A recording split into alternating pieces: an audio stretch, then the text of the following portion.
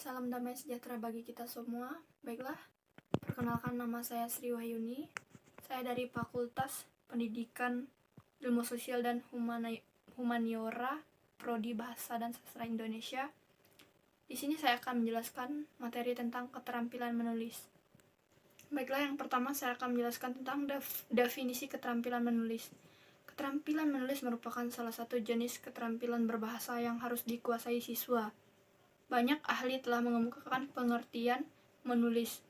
Menurut pendapat Saleh Abbas, keterampilan menulis adalah kemampuan mengungkapkan gagasan, pendapat, dan perasaan kepada pihak lain melalui bahasa tulis. Yang kedua yaitu ruang lingkup keterampilan menulis. Ruang lingkup keterampilan menulis mencakup berbagai materi-materi berikut, yaitu yang pertama pengertian menulis, yang kedua karakteristik menulis, yang ketiga jenis-jenis tulisan, yang keempat teknik-teknik menulis, yang kelima langkah-langkah menulis, dan yang keenam kendala-kendala di dalam menulis. Selanjutnya yaitu hubungan keterampilan menulis dengan 3 aspek keterampilan berbahasa lainnya. Yang pertama, hubungan antara berbicara dan menulis. Berbicara dan menulis merupakan keterampilan ekspresif atau produktif. Keduanya digunakan untuk menyampaikan informasi. Dalam berbicara dan menulis dibutuhkan kemampuan menyandingkan simbol lisan dalam berbicara dan simbol tertulis dalam menulis, baik dalam kegiatan berbicara maupun menulis. Perorganisasian pikiran sangat penting. Pengorganisasian pikiran ini lebih mudah dalam menulis, karena informasi dapat disusun kembali secara mudah setelah ditulis sebelum disampaikan kepada orang lain untuk dibaca. Setelah suatu pesan yang tidak teratur dikatakan kepada orang lain, meskipun telah dibentuk oleh pembicara, kesan yang tidak baik seringkali masih tetap ada dalam diri pendengar. Itulah sebabnya banyak pembicara yang merencanakan apa yang akan dikatakan dalam bentuk tertulis dahulu sebelum disajikan secara lisan. Yang kedua, hubungan antara membaca dan menulis. Membaca dan menulis merupakan keterampilan yang saling melengkapi.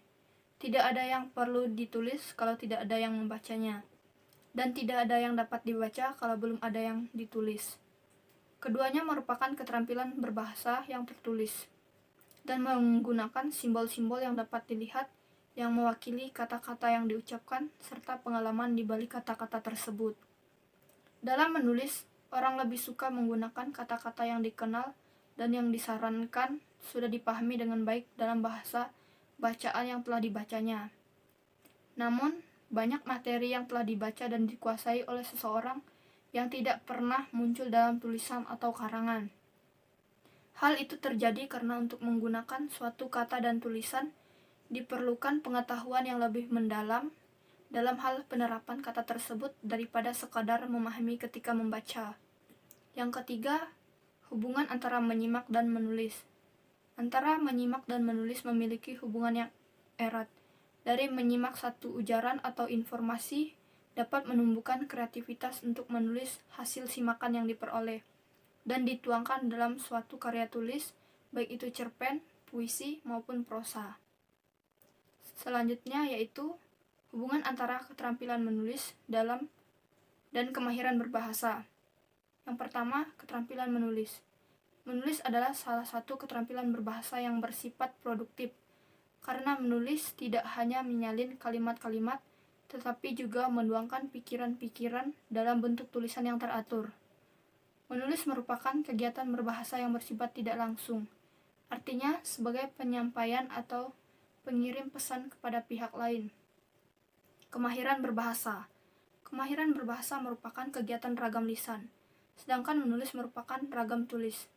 Berbahasa merupakan kegiatan yang bersifat langsung, melancarkan komunikasi yang jelas dan teratur, pemakaian bahasa secara baik untuk kepentingan setiap individu dalam masyarakat. Selanjutnya, implementasi keterampilan menulis. Implementasi berasal dari kata to implement yang berarti mengimplementasikan. Arti implementasi ialah kegiatan yang dilakukan untuk perencanaan dan mengacu pada aturan tertentu untuk mencapai tujuan kegiatan tersebut. Sedangkan dalam Kamus Besar Bahasa Indonesia, Implementasi juga berarti penerapan atau pelaksanaan. Jadi, implementasi adalah tindakan untuk menjalankan rencana yang telah dibuat.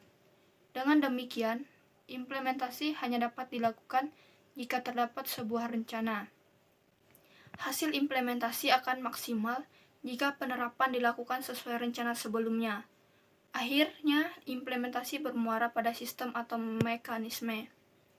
Selanjutnya, problematika keterampilan menulis.